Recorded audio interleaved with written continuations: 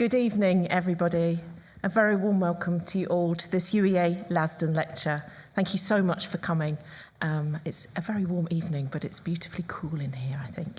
My name is Professor Sarah Barrow, and I have the great privilege of being Pro-Vice-Chancellor for Arts and Humanities at the University of East Anglia. I'm delighted to be back in London in the beautiful surroundings of the Royal Institution. Welcome also to those of you joining via YouTube. Thank you for taking part, and please do let us know in the chat where you're watching from. Before I introduce our speakers, I'd like to make a small request of you all. We'll be sending out a brief survey via email in the coming days, very brief, we promise, canvassing your views on tonight's event. It would help us so very much in planning future lectures if you could take the time to tell us what you think. But first to tonight, the important business. This evening, we're joined by a panel of writers, activists and thinkers to explore the role of the arts in communicating and reimagining the greatest challenge of our time, the climate emergency. At the end of the discussion, we will, of course, be opening the floor to questions, and which I'm sure there'll be many. Questions, comments, ideas, suggestions, calls to action. Fabulous. Those of you joining via YouTube can also share your questions in the chat, and we'll try to bring a few of those in and share them with our speakers afterwards. So, to our speakers. Chairing the discussion this evening is Steve Waters, a dramatist and UEA's Professor of Scriptwriting. He writes work for stage, radio and screen, and is at the forefront of artistic practice on climate change, most recently through Song of the Reeds, Dramatising Conservation, which yielded a 4-part seasonal drama for BBC Radio 4, starring Mark Rylance. Joining Steve is British-Canadian Taiwanese author Jessica J. Lee. Welcome, Jessica. An environmental historian, winner of many literary awards, and co-editor of the essay collection Dog-Hearted. And Joycelyn Longdon, a PhD student at Cambridge University and an environmental academic activist. Joycelyn is also the founder of Climate and Colour, an online education platform and community for the climate curious. So please join me in welcoming our panel. Thank you.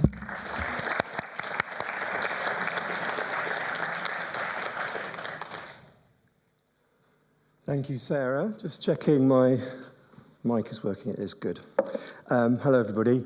Thanks for coming. As Sarah says, it's very hot out there. That may have a relationship to what we're about to talk about. I also wanted to just quickly thank Sarah for her work as Pro-Vice-Chancellor in the Arts and Humanities. As somebody who works in the Arts and Humanities, we are feeling a bit of pain at UEA right now. We won't go into the details, but I want to say this is in solidarity with my colleagues, really, going through that situation, and I'm one of them. And it's also quite, I think, timely, because here we are in the place where science lives.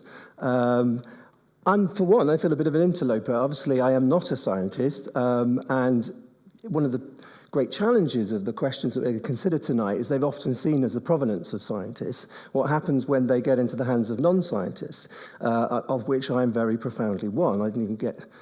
I got biology on my retake, but it wasn't an illustrious scientific career. Whereas actually, my colleagues on the panel, really are very big hitters in that area.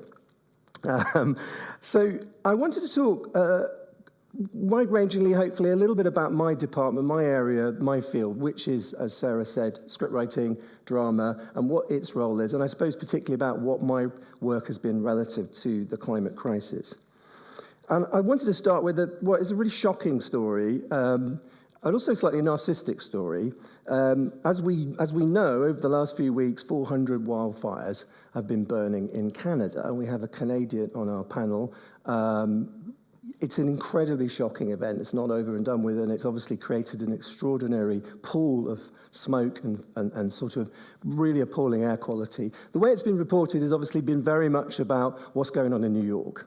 And out of my little narcissistic vision of the world, i.e. somebody involved with the theatre, I was particularly arrested by a particular story, the story of Jodie Comer, star of Killing Eve, an award-winning actress in an award-winning show, Prima Facie, which she had to stop performing because the air quality within the theatre was so toxic. And it struck me as an emblematic story, both in my own interest in that story and also just the horror of that story, that we are not anymore, it seems to me, in a situation of business as usual in any of our media, our platforms, and so on. I suppose I wanted to reflect upon that a little bit in this paper and talk about the way in which that interrupted story is the story right now. We're all talking about climate narratives, but how coherent can those narratives be when the climate crisis is a kind of live document that's constantly outpacing us? The interrupted story has become the story. So when we were planning this Lasdun lecture, I immediately thought of a great American conservationist, Aldo Leopold, and I thought of his foundational essay, Think Like a Mountain, written in 1944. Leopold, as many of you will know, was a trained forest ranger in the United States. And he wrote it in 1944 because he was provoked by having observed the impact on European mountains caused by the absence of wolves from those mountains and the way in which, if you like, unrestrained grazing was taking place by livestock and by deer. And it caused him to reflect himself on the fact when he was a young forester that he'd actually killed a wolf in the process of trying to kind of suppress those populations. And he quotes, in the essay, he talks about seeing the fierce green fire fading in its eyes. And it led him to reflect on the way in which mountains have a kind of agency. The relationship between a wolf and a mountain is something that perhaps the human mind can't really quite understand and comprehend. And I quote from the essay, "Only the mountain has lived long enough to listen objectively to the howl of the wolf." I think this insight was incredibly prophetic of the whole development of post-war conservation that many of us have connected to in one route or another. Tragically, ironically, 4 years later, Leopold himself died in a grass fire. And I think our panel today, we probably have many things in common, but the only thing we've really got in common is I think we're all storytellers on different platforms. We're all trying to engage with this question, this problem, which is frankly unignorable in our different spaces and in our different ways. I'm really looking forward to talking more to Jessica and Joycelyn about the way that they handle their different media, their different bodies of knowledge, their different constituencies. I myself am a playwright, and obviously theatre, which is my medium, moves pretty slow. It's very old school. It's not a place where change happens rapidly, and it's not a place where you ever meet a lot of people in great numbers. Probably about 1,000 is about as good as it gets in a theatre, and that's a good night in the theatre. So I'm much more comfortable with these kind of numbers. This is basically what I generally face in front of my audience. How do we use our media then to address what to me seems to be the equally pressing question of the crisis within the biosphere? I think we've tended to separate out the crisis in the biosphere from the climate crisis, but I think they've become a kind of convergent nightmare. Impacts arriving way ahead of schedule, defeating the tempo, the timelines of conventional storytelling. Since 2009 and the debut of 2 plays that I wrote called The Contingency Plan, a diptych of plays, I sought at that point to immerse the mainstream theatre audience in what I imagined was a vision of the coming storm. Intriguingly, my fears then were all about flooding, maritime flooding, river flooding. It seems we still have flooding to worry about, but it seems intriguing how even 10 years on, our fears are about an absence of water, even in these isles.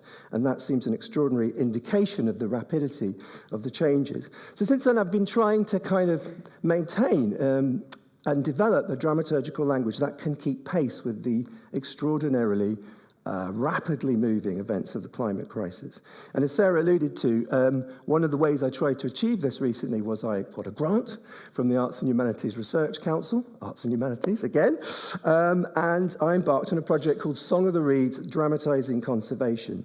And the whole endeavour was to attempt to bridge the silo worlds of the arts and theatre in particular and conservation, and even perhaps to reroute drama from a pathway that it had taken, it and our work into an all-too-human world, under artificial light, where anything non-human or more than human is a mistake or a metaphor at best.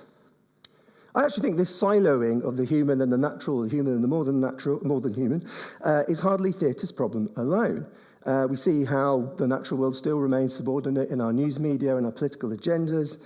We see how human interest still dominates the way we do think about the natural world, how if it bleeds, it leads is our priorities.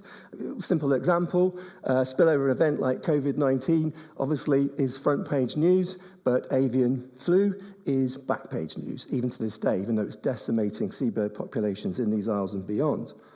And our wild stories are generally designed really for the young, the very young. It's as if we've sort of taken to heart W.C. Fields' adage, never work with children and animals, and made it kind of central to the way we think about the world.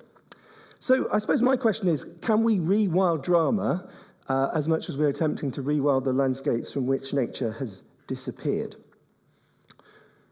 I think this all-too-human focus of dramatic storytelling is very much a modern problem and a Western problem.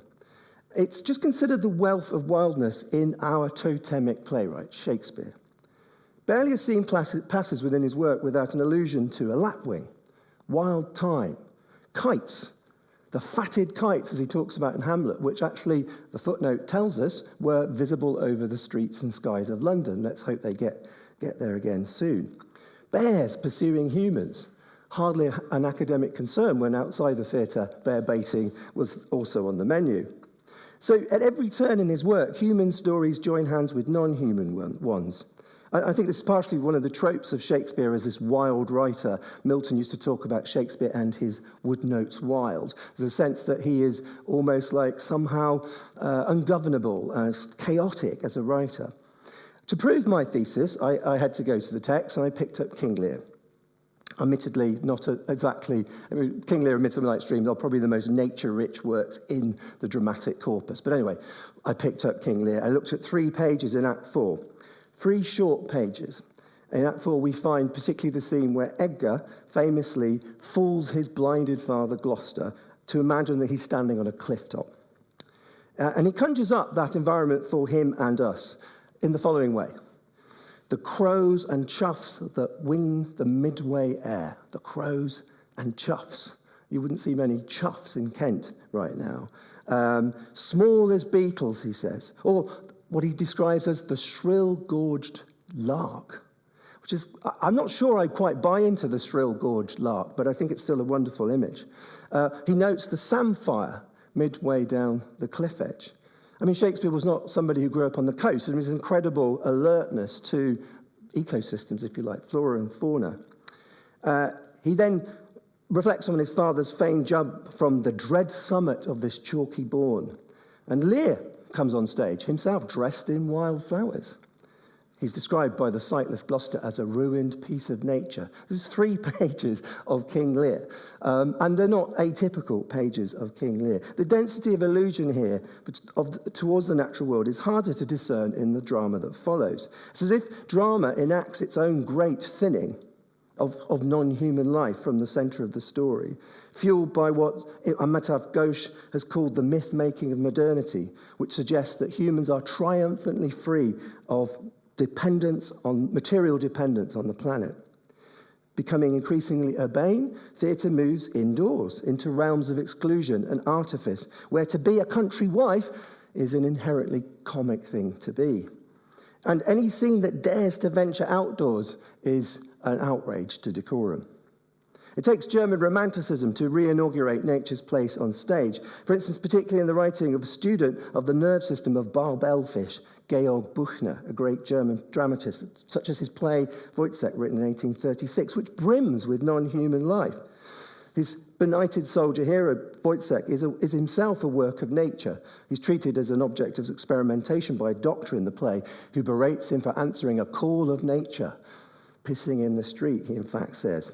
Woyzeck speaks an idiom that would have been familiar to his English contemporaries, such as John Clare, noting the intricate shapes of mushroom rings on the ground and invoking what he calls Doppelnatur, or double nature, to characterize his own alienation. But in a way, Büchner was as much at the end of something as the beginning of something. Nature's curtain call on stage, I would argue, comes 50 years later, when, fired up by Charles Darwin's investigation of the tangled bank of life, the self-styled naturalist playwrights at Europe's peripheries, Ibsen, Chekhov, Strindberg, John Millicent Synge, sought to see human action as part of a continuum of material experience. But But even in their revolutionary works, nature only taps at the window. It's the Christmas tree in a doll's house. It's the unseen wild duck in the attic in the play The Wild Duck. Often they get the title, but they never actually get on stage. It's the cherry orchard that's always out the window and never quite visible. It's present but absent. The seagull, dead on stage. Actually, the seagull does come on stage, but it is actually dead at that point. It's interesting that, with reference to the cherry orchard, recently the brilliant British theatre director Katie Mitchell produced a production of the cherry orchard, which was from the perspective of the trees. So actually, that balance is being righted again. Now, it might seem a bit pathetic to move from these monuments of culture to my own work, but I'm going to do that for the end of this talk. And I wanted to reflect on two projects I've been involved with, one of which Sarah has alluded to, that came out of my work as part of Song of the Reed, Dramatising Conservation. And that will help explain this slide in a second, which is probably thinking, what on earth is that? Is that a mistake, that slide? No, it has a part in this talk. So briefly, Song of the Reed was a 4-part seasonal drama. And actually, the first and boldest decision was to get the BBC to broadcast it on solstices. First episode actually went out 2 days ago on June 21st, 2021. And that notion of telling a story through seasonal time itself was already quite a challenge to business-as-usual storytelling. The show was recorded entirely on location, well, almost entirely, I'm looking at the producer up there, in Strumpshaw Nature Reserve, which is run by the RSPB in Norfolk. And it sought to place nature centre stage. Indeed, each episode was pegged to a special guest of non-human life at its limit. The Britannicus variant of the swallowtail butterfly, now confined to the Norfolk Broads, its numbers worryingly low. The little whirlpool ram's horn snail, which I will repeat because I bet you haven't heard of it. I hadn't before I found out about it. The little whirlpool ram's horn snail, found exclusively in undisturbed watercourses in Norfolk and Hampshire. The eel, everywhere in decline. The bittern, whose numbers are recovering thanks to production of the shallow reedbed habitat it thrives in. And so, okay, I pitched the show as doing what for conservation, what the Archers does for farming. And yes, most people did tune in for the brilliant performances of Mark Rylance and Sophie Okonedo. But each episode pivoted on the fate of a species. And in that respect, I think audio drama possesses a power unavailable in other media, in that you don't have to represent the creature to conjure up its presence. You don't have to get them to sign, kind of non-disclosure forms and things like that. Only the bittern was actually audibly present in any of the dramas. And another brief word on another project, which was called Murmurations. And I would argue this was less of a play and more of an organism, that we created a kind of organism, a living collaboration between myself, theatre company who are experts in outdoor theatre, Tangled Feet, and the ecology of the given setting in which you experience the show. Whereas Song of the Reed was shared on online platforms to conjure up place for those not there, this story or stories could only be experienced in situ. It literally evolved out of the very peat soils underlying Wicken Fen in Cambridgeshire and Strumpshaw Fen during lockdown. Even the process of writing was shaped to adaptation and interruption. I curtailed my instincts to plot and plan till I found myself with the actors in sub-zero temperatures at Wicken Fen, December 2020, in our own sanitised little bubble. This was when we were in tiers, room of tier 4, tier 3, tier 1. Just getting them out of London to Cambridgeshire was complex, let's put it that way. And we tried to look at human behaviour in the natural world like we look at the natural world, the 10,000 species that apparently are crowded into Wicken Fen. We tried to turn the lens back onto the human beings themselves. The company took ideas like that and ran with them. What we have here is an exercise they call flocking, where they attempt to generate movement in the environment that mirrors, if you like, the ungoverned movement of flocks of birds. Ironically, the secret to this show was technology. It all depended upon silent disco headsets that enabled us to hear actors at great distances and use sound as if it were sort of binoculars for the ears. But it was experienced as a set of disruptions, interruptions to the walk. And the audience, if you like, had to assemble the story in their own mind. And what's fascinating now is this show is rather like an organism making its way out into the world. It'll crop up in Dunkeld in Scotland near Perth. Last year it was in Hartlepool. It's going to be at Rainham Marshes. So everywhere it goes, it's like a little reflector of the crises that are taking place. And there are crises taking place in all those places. So it kind of seems to sort of adapt to the ecological emergency, if you like. So, okay, I'm finishing here. It might be argued that I'm speaking of modest projects in obscure places, and I get that. But even a performance of an award-winning play by an award-winning actress in the richest city in the world can be interrupted by the climate crisis, perhaps our old models of what we value and where we value it may need to change, and fast. Maybe our task now is to do as Aldo Leopold asked us to think through this crisis by thinking beyond our limited human place within it, to attempt to think like mountains losing their snow line, forests burning out of the fire season, oceans overheating, deserts extending their realm. The drama today and tomorrow will be about crisis. It will be made in crisis. My hope it will be a drama that's not in denial of that crisis, and thereby perhaps might just offer us some pathways out of this crisis. Thank you very much.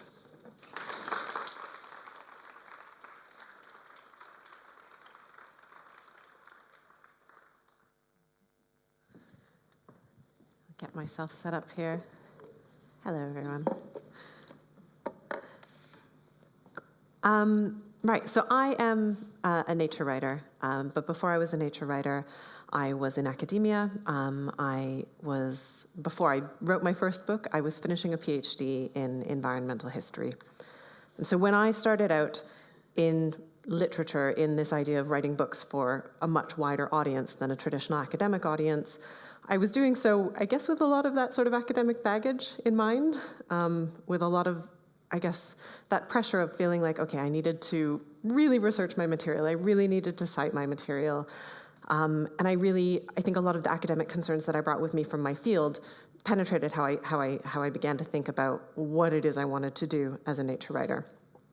So that is just sort of the preface to what I'm going to say now, which is I'm going to tell you just a bit of a story about a roadblock that I encountered when I was writing my second book, Two Trees Make a Forest, which I began writing back in 2016. So I'm going to tell you that story and talk a little bit about what it taught me about storytelling and how we can, I think, really think about what storytelling means within the nature writing genre fairly specifically, but perhaps it will be applicable to other areas of the arts and humanities going forward.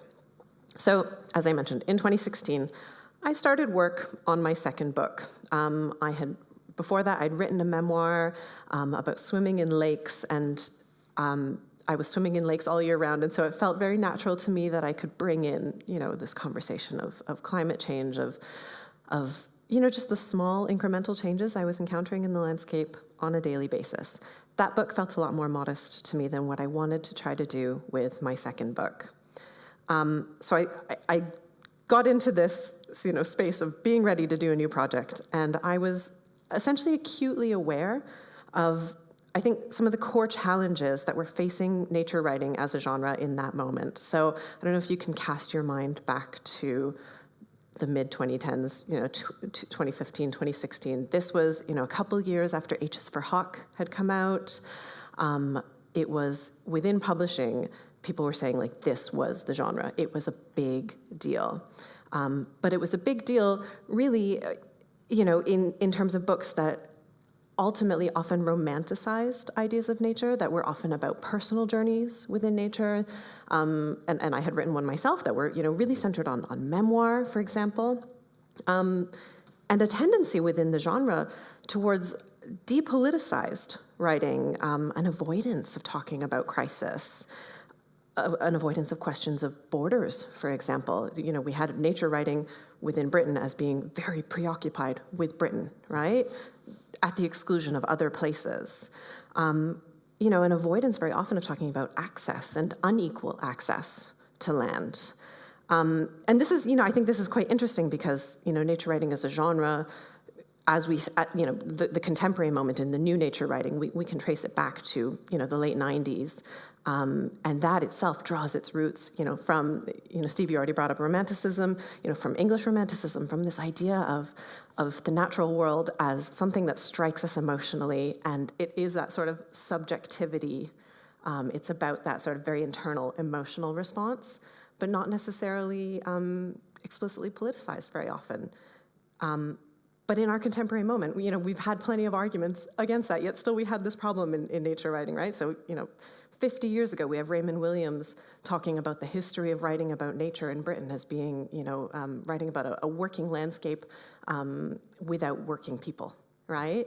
You have in the 90s the historian William Cronin in the US writing about, the trouble with wilderness, that we are so attached to this idea of wilderness as a concept, despite the fact that, in a world with a changing climate, we know for a fact that there is no longer any wilderness that is, untouched by us. There's no such thing as pristine wilderness. Colonization itself, it problematizes this idea. Like there was no, land that was not occupied, that could be cast as wilderness, that those are problematic ideals.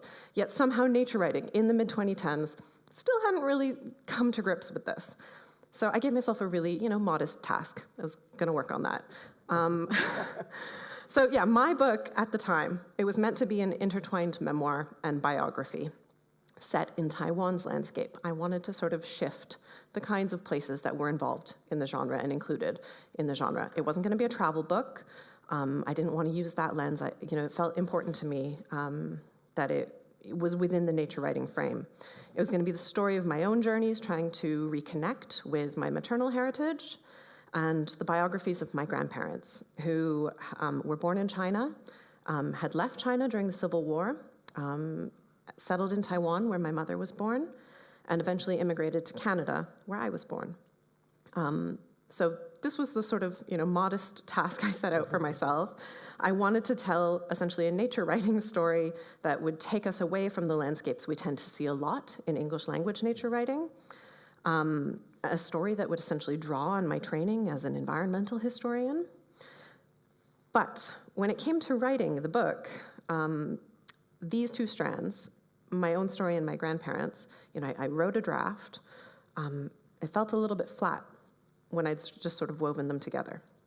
And this is, it's funny, I say I don't often talk about this, and now I'm talking about this in front of an audience. I wrote a draft of this book and sent it into my editor, and my agent called me and said, "Don't ever do that again. This was bad." And I was so scared, because, I was quite young. It was my second book. I was like, oh, am I going to lose this opportunity? This could be a disaster. Essentially, I had just sort of stuck these two things together and failed to really integrally see why they belonged together. I needed a way to tell this story differently, to see those two strands of the story differently, to figure out the meaning of placing these two stories next to one another, like why my story moving through this landscape has anything to do with my grandparents' story and the really turbulent political history they lived through. So partway through writing, after the scary call from my agent and after all of that, I don't recommend doing this, I took a really long pause on the book, which I think is a scary thing to do for anyone in the arts who feels like everything is precarious and possibly slipping away, but I knew I needed to. I was just waiting for something to click. And I should say, this pause was long. For me, it was like 6 months, which when you're in the middle of a project feels mildly terrifying. During that period, I went to a talk by the anthropologist Anna Singh. And in that talk, she mentioned the word scale. So this was in 2017 was this talk. So it was a couple of years after she'd published her book, The Mushroom at the End of the World, which traced these stories of the matsutake mushroom all around the world. So from foragers in Pacific Northwest forests to traders who were facilitating the trade of this mushroom across the world. She was looking at the mushroom at all of these scales. So this is the talk I went to, just thinking, I just need to go to other things. I love that book. I love hearing other people talk. I'm not going to think about my book. And I was sitting in the audience, and yeah, she talked about the importance for scholars to attend to the different and entwined scales at which environmental crises were taking place. Because only through those entwinements could we actually adequately tell our stories. And that was the click I had been looking for. So I biked home that night across Berlin.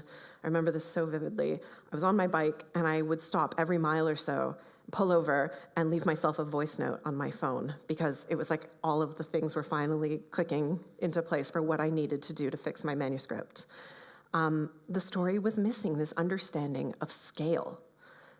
I had been trying to tell a story of a place and a story of people, but had up until that moment completely failed to really find the threads that linked them integrally together. Why a personal story could tell us anything at all about the wider world, essentially. So I began to think about the book I was writing as, you might say, a series of nested dolls, nested stories, perhaps, or better yet, as a spiral. And I use this sort of metaphor all the time for talking about the book, and I realize a spiral is sort of a single line that goes up. It maybe stacked rings like a tornado would be a good way of describing it. But at the base of this spiral was my story, moving through this landscape, and the story of my grandparents, the story of individuals, right? Like you or me, any of us, we will have these stories, our family stories, our personal stories. As I moved up in scale, I reached the story of the landscapes I was moving through, the places I was visiting. I was climbing mountains, I was going to see birds, I was traveling through forests and learning about their histories. Higher up, I realized I was reaching political, cultural, and historical scales at which so much of our human story happens but feels kind of far away for a lot of us. And higher still, there was the story of the more than human world, of climate and geological time. Every detail of the personal story that I told was on a very small scale. You know, I had to, how do I put it? Hold on. An instantiation, I guess, of some wider force. So the smallest bit on the spiral was linked to the top. And in order to make this story work in the telling, I had to notice for myself and then help the reader notice the threads connecting these scales. So it wasn't just putting the two scales next to each other. It was really explicitly seeing the thing that interlocked them and bound them together. That was what I needed to do, which often meant, you know, moving from that very small scale very rapidly to the wider and back and forth again and again, and finding those threads. So it was a story not so much about big scale and small scale, but about the threads that connected them. My grandparents' story, I'm going to talk through some sort of examples of this. My grandparents' story was stitched to the story of Taiwan's repeated colonization. You know, they came from China at the end of the Civil War, and, you know, many people frame that exodus into Taiwan in 1949 as, you know, another instantiation of Taiwan being colonized. Their story is stitched to the ongoing conflict with China. But to understand Taiwan's colonization, for me as a historian especially, meant understanding the conditions that had shaped interest in this country to begin with. Its natural landscape, flora, fauna, alpine mountains, and fertile flatlands. These were all reasons why people wanted it in the first place. There was agency in that land, so that was something that I had to acknowledge. And then, of course, when I, a migrant whose parents had migrated and whose grandparents had migrated, we're not really good at staying still in my family. When I told that story, for example, of my encounter with a rare endangered migratory spoonbill, the black-faced spoonbill is the name of the bird, I was encountering not just a bird, but every place that bird had touched. So this is a bird that overwinters in Taiwan on the west coast. And in the summer, it spends its time in the demilitarized zone cutting across Korea. Its flight path is, you know, it stretches across East Asia and beyond through really contested territories. So no matter what I did, I was sort of encountering these complexities and just trying to tell the story of a bird, for example. These were also, I should say, the routes that my grandfather, who was a colonel in the Air Force, he had flown as an Air Force pilot, making patrols through the Cold War, these same routes. And this was a bird whose conservation, in the end, was ensured only in the late 80s and 1990s by the democratization of Taiwan that made environmental protest legal at last. And, you know, sort of famously, during the martial law period, you couldn't use binoculars if you were a bird watcher because you could be accused of espionage, right? So the idea that we could even fight for a bird species to have its habitat, or even to watch it, intimately tied to democracy. So this was a bird whose wetland habitat is now, you know, threatened by climate change-induced sea level rise. And it is on the same coast, about an hour away, from one of the world's most carbon-polluting coal power plants. So this was a lot to hold on to in one small story, but that was essentially the task. One of the things I wrote about the birds in the book, I'm just going to read a little bit for how I tackled this. So I wrote, along the East Asian, Australasian flyway, more than 500 species migrate. The route spans the thousands of miles between the Arctic, from Alaska to Russia, and New Zealand, taking in the entirety of the East Asian shore. The birds that travel its currents find regularity in their seasonal movements, though their coastlines are changing, whether from wetland encroachment, climate change, or industrial development. As with the spoonbills, the fortunes of migrant birds are tied to ours, to our abilities to protect them, to our willingness to afford them space in our worlds, to offerings that were never ours to give. So, when I asked questions about scale, about how every tiny thing teaches us about something more vast, I realized essentially how entwined the personal is with the political and with the ecological. How finding the rhyme in the story very often between my story and a bird's, or my grandparents and a nation's, would help me grapple with the vastness of the scale of ecological crisis facing us. Ultimately, it's about those connecting threads. The way each individual story is a manifestation of a wider force and is shaped by something vaster and shapes that same vast thing. I wanted essentially to work towards a nature writing that had this knowledge at its core. Now, before I finish, I want to say that there is one danger here. And I think, that is the danger that telling these small stories and sort of, when we think about scale, zooming in on this small scale means seeking solutions at the same scale, which is not what we want. This is not about scaling down. I think that's the kind of logic that gives us the idea of the individual carbon footprint, which I think famously many of us might now know was dreamed up by energy companies who wanted to pass the buck back to individuals, back to consumers, rather than seeing, the wider forces at play there.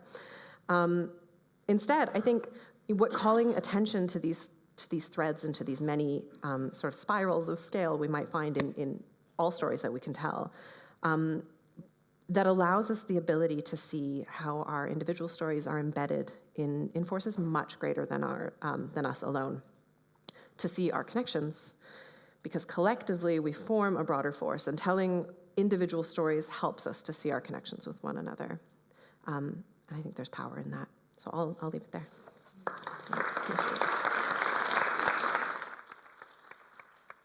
Thank you so much, Jessica. I feel I neglected my duties as a chair to invite you to come and speak, so I'm not going to make the mistake twice. Joycelyn, would you like to take the podium? Thank you. Thanks, everyone. I want to begin by talking about stories and stories from science. These two pictures will make sense as I continue talking, but just to contextualize them, the one on my right is me in the Ghanaian forest last year, my first year of PhD fieldwork. And on the left is Teyi, who is a hunter, who is part of a community that I work with in that forest, who is deploying an acoustic sensor that's recording the acoustics of that forest. And that will make sense as I go on. So, yes, the first arena that I think is important to challenge the stories that have been told is in science, and I feel very, brave for doing that here in the home of science. But this is because I work at the intersection of science, so mainly computing and technology, ecology, so the environmental sciences, but also sociology, and there are long-standing conversations around whether that is a science in itself. And I work to understand the role of artificial intelligence and machine learning techniques in analysing data from forest ecosystems and how that might help us better conserve those ecosystems.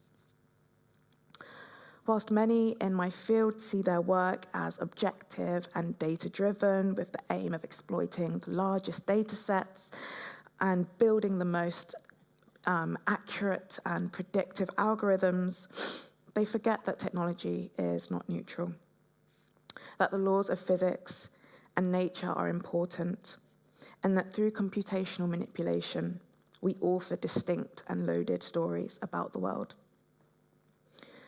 So this world that I'm talking about, between technology and ecology specifically, is bioacoustics. We work with, as I said, audio recordings, and machine learning algorithms are trained on hundreds, sometimes thousands of examples of specific species in order to analyze large amounts of acoustic data from the forest. It involves a small sensor being strapped to the trees and being left there for weeks, months at a time. These sensors record every chirp, every call, every song, but also every car, every chainsaw, and every human conversation. The data that is analysed is used generally to inform conservation practices. But what is taken as truth in that data, what is excluded or included within that data, is something that is a decision made by the person behind the computer. Tei here is a hunter, or he might tell you that he is a farmer. But here he is living out two professions. He is not only a hunter, someone who spends days upon days deep in the forest, who knows every tree, every branch, every bird call, but someone who can take you within centimetres of the audio recorder that's been embedded in the forest, and who scorns at the GPS that you've got in your hand. But he's also a computer scientist. I would say he's a computer scientist. He might not call himself a scientist, and the world might not call him a scientist. But he helps program the sensors, he puts them into the DIY cases that they are strapped to. He listens with me and the other community members who are part of the project to the recordings, pointing out bird species, telling stories of these animals. When it comes to climate stories told by science and technology, we must consider who is allowed access to the data, who is allowed to call themselves a computer scientist or an ecologist. What does it mean to monitor the world, to sense the world, and to take data and manipulate those observations to make change in the world? What new stories of biodiversity and environmental degradation and climate change arise from this work, and what stories do they exclude? When thinking about science, there exist not only issues of the stories told or excluded within science, but also of who is excluded from understanding that science, and how that exclusion limits collective action. Scientists choose to tell stories in their own languages, in quantitative, illustrated stories with graphs and numbers and jargon, which do benefit us within academia, but how do these stories translate on the outside world? Reductionist stories focused on objectivity and rationality alone that come from science make us feel that they are incorruptible, an incorruptible form of storytelling. And it must be, because we're constantly being told to follow the science. But how useful is a story if it cannot be understood? How useful is a story if it cannot inspire? A story that cannot be felt? A story without connection? Both pictures on the screen are taken from my Instagram page, a platform that I use to communicate new or more accessible climate stories. From the link between migrant justice and climate justice, to the ways in which marginalised communities disproportionately experience the effects of the climate and biodiversity crises. It is through this medium and platform that I tell stories, whether through illustrated resources, videos, radio shows, newsletters, writing, long form, short form. I use these multiple forms of media and storytelling practices to meet people where they are in their climate journey and connect them to a global climate community. For many marginalised communities, the climate crisis is not their first existential crisis. Their whole worlds have been jeopardised, whole systems of being rendered extinct. What can be learned from those experiences, and how can those stories come to the fore? How might we be able to tell those stories better and more accessibly? But most importantly, how do we turn all of these stories into new realities through action? Thank you.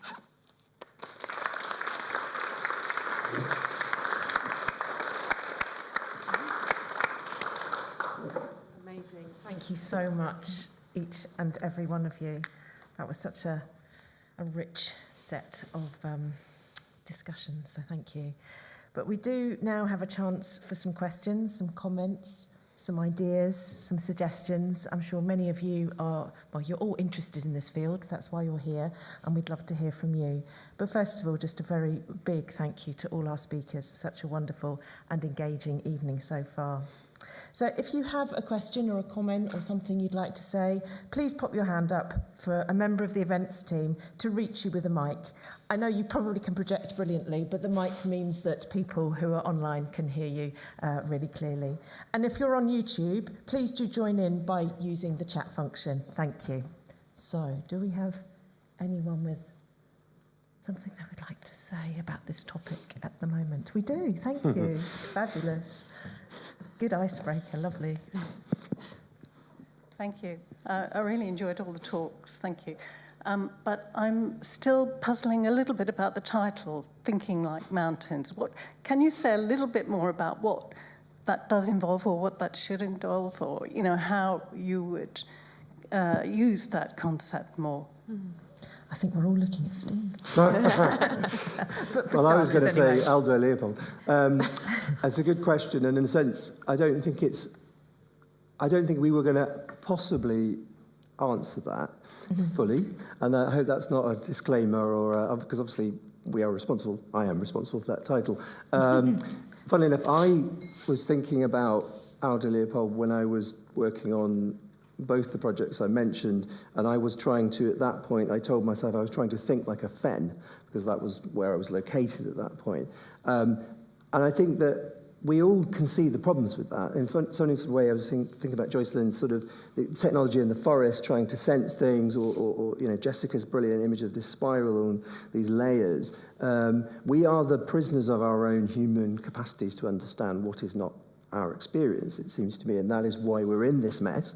There's no doubt about that. We find it difficult enough to understand each other, let alone species that, I think it was Wittgenstein said, if a tiger could speak, we wouldn't understand what he had to say. There's a degree to which crossing that barrier is really very profoundly challenging to us.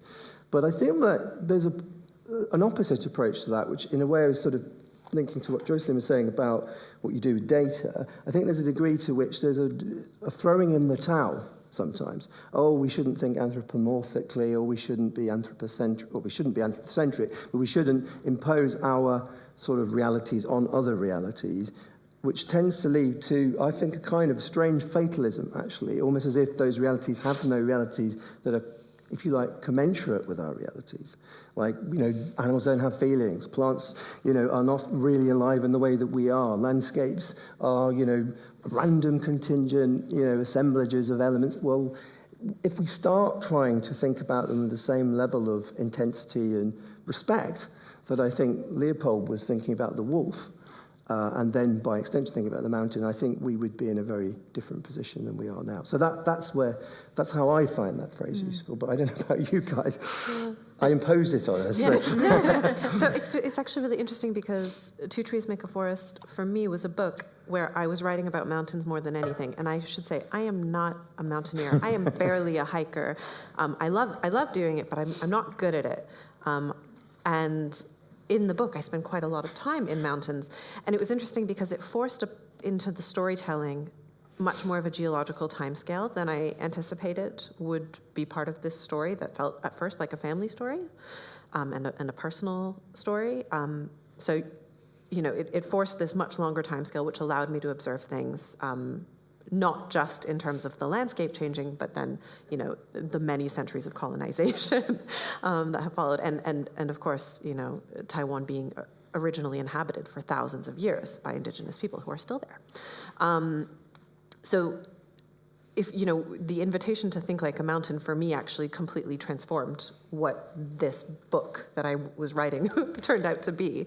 And I also think it's quite an interesting thing when I think about the mountains within the frame of Taiwan, because we often think about mountains as these durational, long-standing objects, right? The mountain range in Taiwan is one of the youngest in the world. And it also sits on multiple fault lines.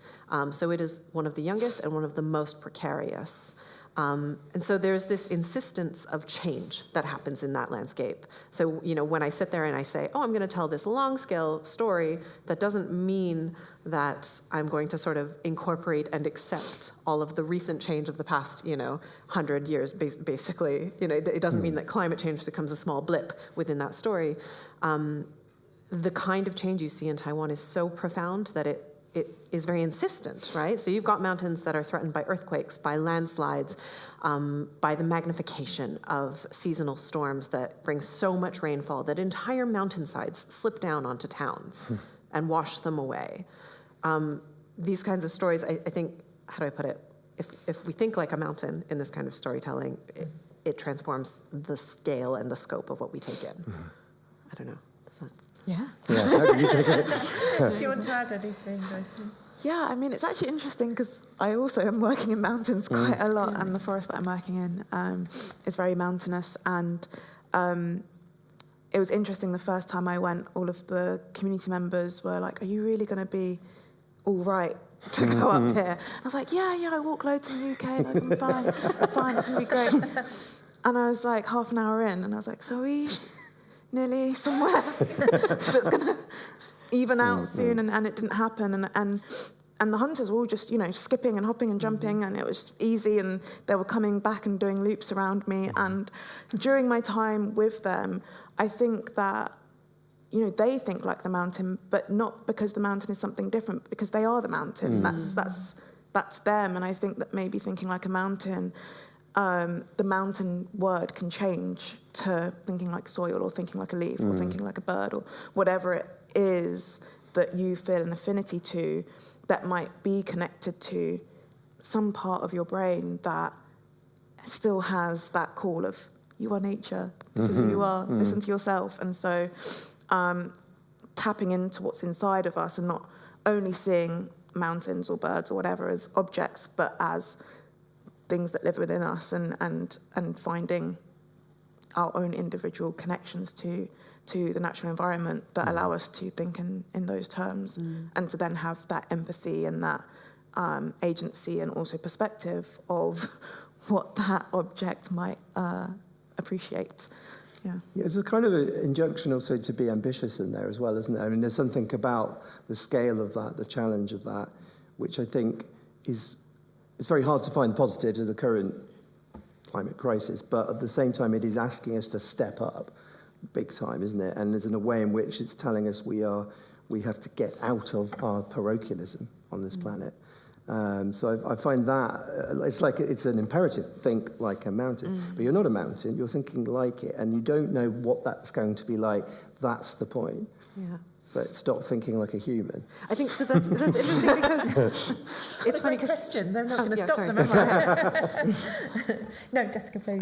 Well, I was going to say it's funny because when I start to think about mountains, and I think about the kinds of mountain stories that we need now, right? The thing I really feel is that we definitely don't need like reaching the peak of mountains kinds of stories, which feels like the very human sort of opening to writing about the natural world, that of conquering. And so actually thinking about this title and this question had me thinking about Nan Shepherd and the book The Living Mountain, which is about being with and just observing in a slow, durational way, in a sensory way, the natural world, the more than human world, and documenting it in this way that is not about domineering, but about witnessing, bearing witness. Yeah.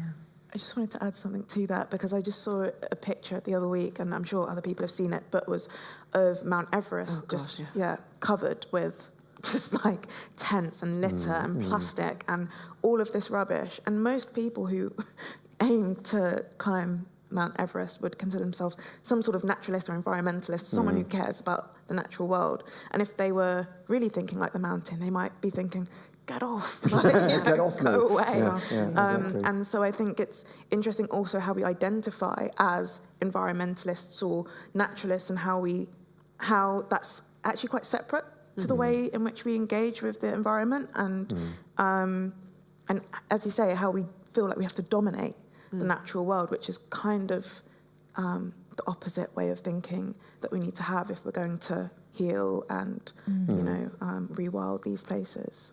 It's summed up in the word summiting. Yeah. Indeed, yeah, that relationship with the mountain is really important, isn't it? Thank you for your question. We got another lecture there, didn't we? Which is fabulous. Would anybody like to ask a further question? Yes, please.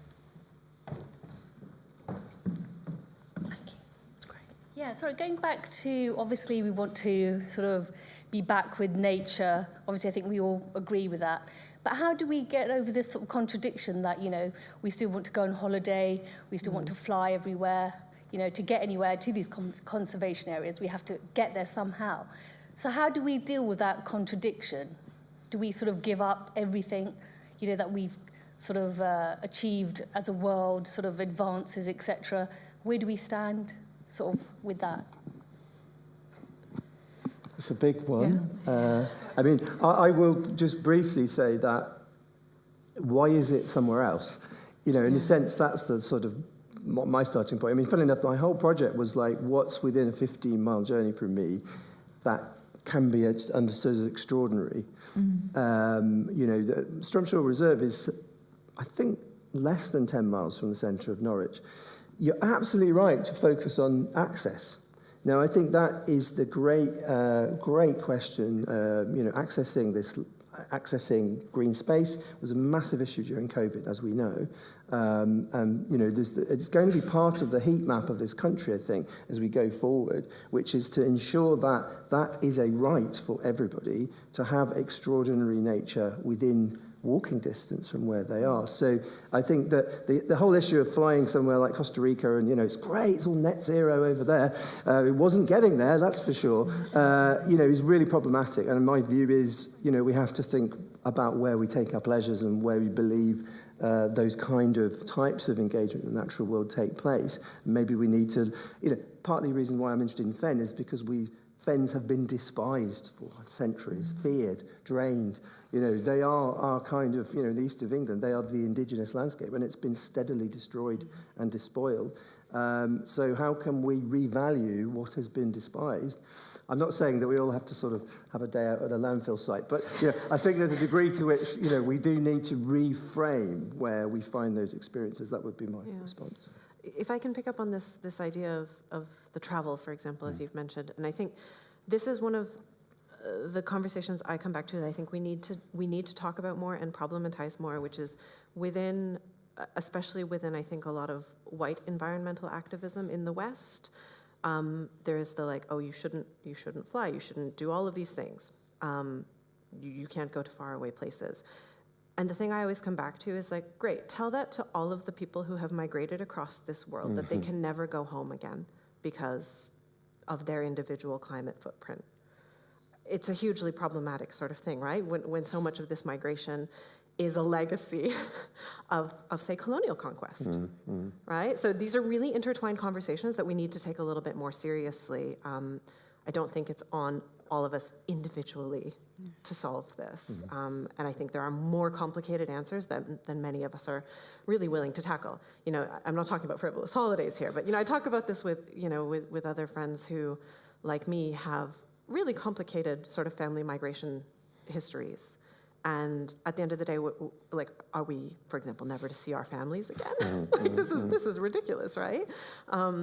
So we need more complicated answers to more complicated questions. They're not easy questions. Agreed. I think thinking about it holistically as well is about how do we engage with any environment, whether it's right outside our front door or, you know, thousands of miles away. And if there is a well-grounded and a well-rooted general way of being with environments, wherever they are in the world, I think that makes a huge difference. And so I think that whenever you're, you know, if you're in Everest or if you're in the back garden, how are you engaging with that landscape? Do you chuck things on the floor outside your front door and then go off to Costa Rica and, you know, do some ecotourism volunteering? And I think it needs a step change also when we are going to far places. How long are we going to far places for, and what are we doing in those faraway places? And of course, it's not completely accessible right now financially and time-wise, which is why a shift in our cultural and societal ways of working and being would also help us live in more sustainable ways. But for example, for me personally, I don't want to fly if I don't stay in that place for more than a month. And that's a privilege that I have because I get to decide my schedule a little bit more. But that is my personal decision of how I want to engage with environments. Just like if I'm taking a walk in my woodland near my house, I would rather that I didn't go with headphones in so that I could actually engage with the place that I'm in. So that's going to be different for everyone. And of course, you know, frivolous, just 20 flights a year, you know, or less, and just engaging with places in a really extractive way, which has got us into this position in the first place. It's not really, it doesn't go with an environmentalist lifestyle. Everyone has different opinions. Some people will never travel, some people will travel, but I think each person has to look at their life and take stock of, you know, what it is that they feel is within their capacity to do and stand behind. Fantastic. I think, do we have time for one? No, we don't. Oh. But we do have time for drinks and conversation. So we'll do that in just a second. I'm being told we can't do any more, but that's because we're at our time, aren't we? Yes, okay. So can I just thank all of our speakers?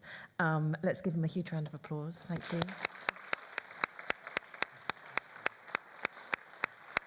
Thank you for their time. Thank you for your time. Thank you for all of you who are listening online. We will share any comments in the chat with our speakers, and I'm sure they'll want to engage and reflect on what you have to say.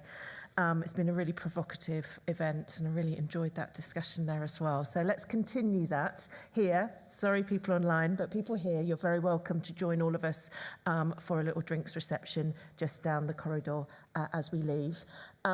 This topic is so important, but so is the contribution of arts and humanities, including at UEA, to a debate such as this. So thank you for being here and for all your support. Thank you.